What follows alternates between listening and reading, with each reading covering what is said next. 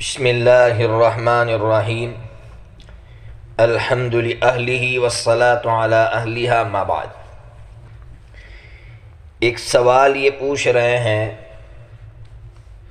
کہ داڑھی کا رکھنا، ظاہر سی بات ہے حضرت نبی پاک صلی اللہ تعالیٰ علیہ وسلم نے رکھی ہے، تو اب سوال یہ ہے سوال پوچھنے والے کا کہ آقا صلی اللہ تعالیٰ علیہ وسلم کا یہ داڑھی رکھنا کیا اس وجہ سے تھا کہ عرب میں داڑھی رکھنے کا رواج تھا، یا پھر یہ ایک سنت ہے، مستقل ایک سنت ہے؟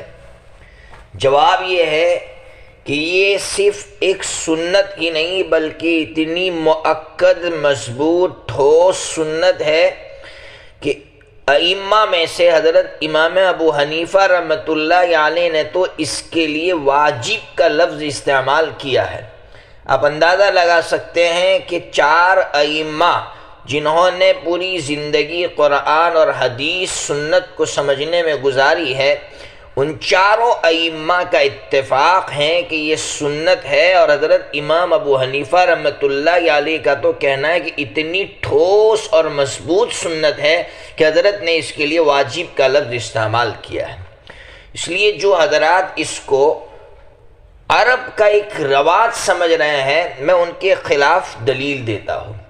آپ بخاری شریف کھولیں گے، مسلم شریف کھولیں گے، احادیث کی جتنی کتابیں پڑھیں گے، اس میں آپ کو خاص کر 2 الفاظ، 2 جملے ملیں گے۔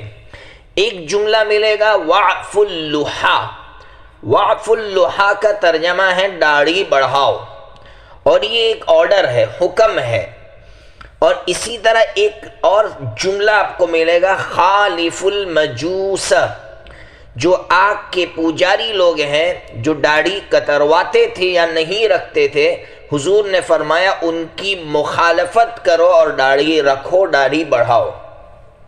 ایک ضابطہ، ایک اصول، ایک قاعدہ یاد رکھنا چاہیے۔ علماء کرام جانتے ہیں کہ اگر داڑھی کا رکھنا یہ ایک رواجی چیز ہوتی اور یہ عرب کا رواج ہوتا تو نبی پاک صلی اللہ تعالیٰ علیہ وسلم کو حکم دینے کی ضرورت نہیں تھی، اس کی ترغیب دینے کی ضرورت نہیں تھی۔ حضور کا ترغیب دینا، حضور کا اس طرح کا آرڈر دینا، حکم دینا، یہ ثابت کرتا ہے کہ داڑھی رکھنا یہ حضرت نبی پاک صلی اللہ تعالیٰ علیہ وسلم کی سنت ہے، مستقل ایک شریعت ہے۔ اسی طرح داڑھی جو لوگ نہیں رکھتے ہیں وہ فطرت کے خلاف کرتے ہیں، فطرت سے بغاوت کرتے ہیں۔ فطرت جس کو نیچر کہتے ہیں، نیچر کو الٹتے ہیں، نیچر کو پلٹتے ہیں۔ ہمارے بہت سے بھائیوں کو معلوم ہوگا کہ ایک قوم گزری ہے، قوم لوط۔ حضرت لوط علیہ السلام جس قوم میں نبی بنا کر بھیجے گئے، ان کو اللہ نے الٹ کر رکھ دیا تھا، آسمانوں پر اٹھایا اور زمین پر پلٹ دیا، پوری بستی کو الٹ کر رکھ دیا، صرف اس لیے کہ انہوں نے نیچر کو، فطرت کو الٹ دیا تھا۔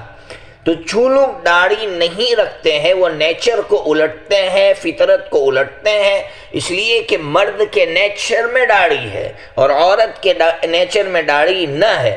ظاہر سی بات ہے جب مرد کے نیچر میں داڑھی کا ہونا ہے، اب جو داڑھی مڑاتے ہیں وہ نیچر کے، فطرت کے خلاف کرتے ہیں۔ اس لیے وہ لوگ سوچی تھوڑی دیر کے لیے تنہائی میں بیٹھ کر کہ ہمارا یہ گناہ کتنا بڑا ہے کہ اللہ تبارک و تعالیٰ نے ایک قوم کو صرف نیچر، فطرت کے الٹنے پر الٹ کر رکھ دیا تھا، آج ہم اس فطرت سے بغاوت کر رہے ہیں، تو اللہ کی نظر میں یہ کتنا بڑا جرم ہوگا۔ اس لیے میں اپنے تمام بھائیوں سے کہتا ہوں کہ داڑھی رکھنا یہ سنت اور اتنی مؤکد اور مضبوط سنت ہے کہ حضرت امام ابو حنیفہ رحمۃ اللہ علیہ اس کو واجب کہہ رہے ہیں۔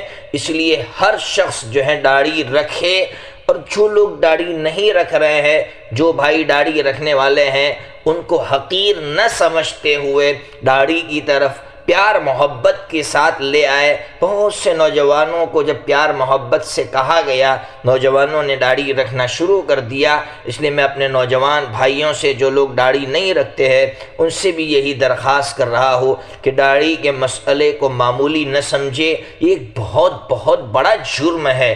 آپ قرآن مجید پڑھتے جائیں گے، فطرت سے بغاوت کرنے والوں کی جو سزائیں بیان کی گئی ہے، ہم بھی اس جرم میں شریک ہے۔ اللہ تبارک و تعالی ہر ایک کو صحیح سمجھ عطا فرمائے۔ ایک اور آخری سوال کہ پھر مصری قراء یہ داڑھی کیوں نہیں رکھتے ہیں؟ میں ایک بات سمجھا دوں، میں نے اس سلسلے میں تحقیق کی تھی، پوچھا تھا بڑوں سے یقیناً میری تحقیق غلط بھی ہو سکتی ہے، میں اس کو حرف آخر نہیں سمجھتا۔ اللہ رب العزت اگر ہماری تحقیق غلط ہو تو اللہ رب العزت ہمیں معاف فرمائے۔ جب تحقیق کی گئی تو پتہ چلا کہ ان کی کچھ مجبوریاں ہوتی ہے، اور خاص کر وہ قراء جو ہے حکومت سے جڑے ہوئے ہیں، ان کے لیے بڑی مجبوریاں ہوتی ہے۔ اس لیے ہم ان کے بارے میں جو ہے یہ سمجھ سکتے ہیں کہ ہو سکتا ہے ان کی کوئی مجبوری ہو۔ باقی یہ بات تو طے ہے کہ داڑھی رکھنا یہ ایک مستقل سنت ہے، اور اس کو نہ رکھنا یہ فطرت سے بغاوت ہے اور ایک بہت بڑا گناہ ہے۔ اللہ تبارک و تعالی ہم سب کو صحیح سمجھ کے ساتھ جینے کی توفیق عطا فرمائے۔